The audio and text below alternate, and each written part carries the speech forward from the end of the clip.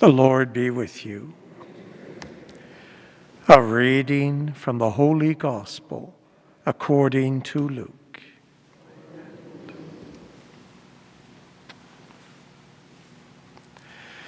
Jesus said to his disciples, I say to you that listen, love your enemies, do good to those who hate you, bless those who curse you, pray for those who abuse you.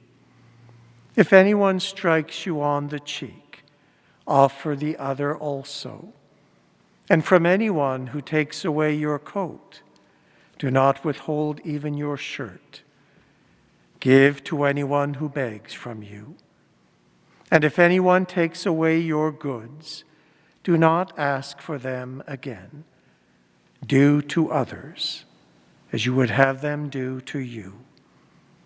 If you love those who love you, what credit is that to you? For even sinners love those who love them. If you do good to those who do good to you, what credit is that to you?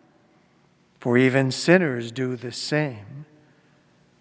If you lend to those from whom you hope to receive, what credit is that to you? Even sinners lend to sinners to receive as much again. But love your enemies. Do good and lend, expecting nothing in return. Your reward will be great, and you will be children of the Most High, for he is kind to the ungrateful and the wicked. Be merciful, just as your Father is merciful. Do not judge, and you will not be judged. Do not condemn, and you will not be condemned. Forgive, and you will be forgiven. Give, and it will be given to you. A good measure, pressed down, shaken together, running over, will be put into your lap.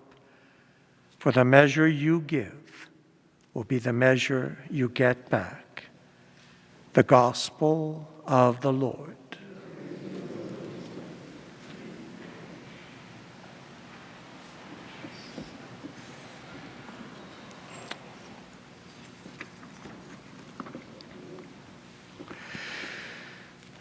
At the entrances of the church, there are envelopes for the Indigenous Reconciliation Fund. This is a collection which is being taken up in Catholic parishes across our country to show reconciliation with our Indigenous brothers and sisters. In our diocese, there are 7 First Nations, 4 of them Maliseet, and 3 of them Mi'kmaq. Basically, the Maliseet are going up the St. John River, and the Mi'kmaq are on the Miramichi River, at least in our diocese. We did not have in New Brunswick any residential schools, but there were people from now, not kids, most of them, from at least several of these Indigenous First Nations who were sent to Nova Scotia for a residential school. And so this offering is being taken up once a year over the next 5 years in order to show solidarity, and the funds will be sent to various projects on a more or less local level. And so I encourage you to take home one of those envelopes, and that offering will be taken up for this year next week. In today's first reading, we see one of the great sides of King David. David is a public sinner, and the scripture was quite blunt about some cases of that. But David also had a great side of mercy to him, and the scripture is not shy about that as well. In this case, David is not yet king, although as a boy he was anointed by one of the great prophets of Israel as a future king. And then he was brought into the house of Saul, the first king over the Israelites. And he was brought there because of his great way with music. It soothed Saul's ailing mind. But over time it was discovered he was also a good military leader. And at first Saul thought, this is fantastic. Not only a musician, but a good soldier.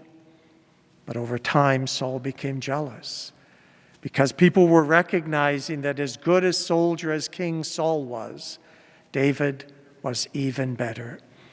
And so eventually Saul decides to hunt down David and to take his life.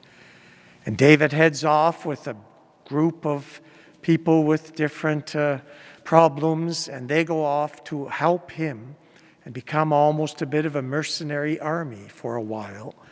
And it was during this time Saul heads out with 3,000 of his best picked soldiers to finally hunt down David and be rid of him once and for all. And it was at that time, during the sleep, that David and his servant had the opportunity to steal into the camp, come right into the tent of the king. And his servant said, give me just the word and you'll be rid of King Saul. And something in David's character spoke up. I will not do this to the anointed of the Lord.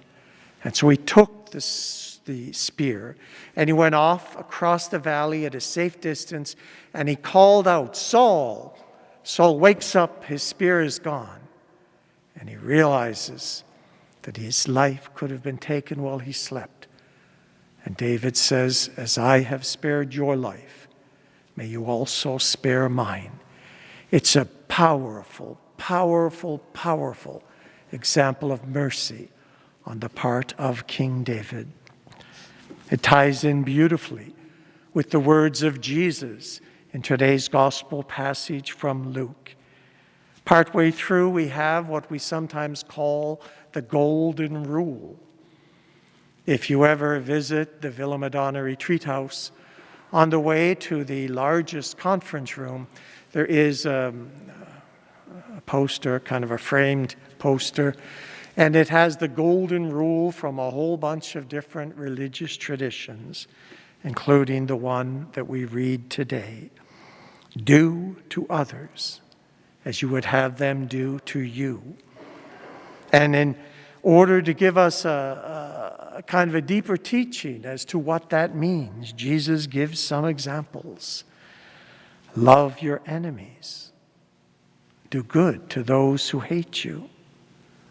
Bless those who curse you. And pray for those who abuse you. If someone strikes you on one cheek, turn and give them the other as well. And if anyone takes away your coat, give them your shirt as well. Give to everyone who begs from you. And if anyone takes away your goods, do not ask for them again. Do to others as you would have them do to you.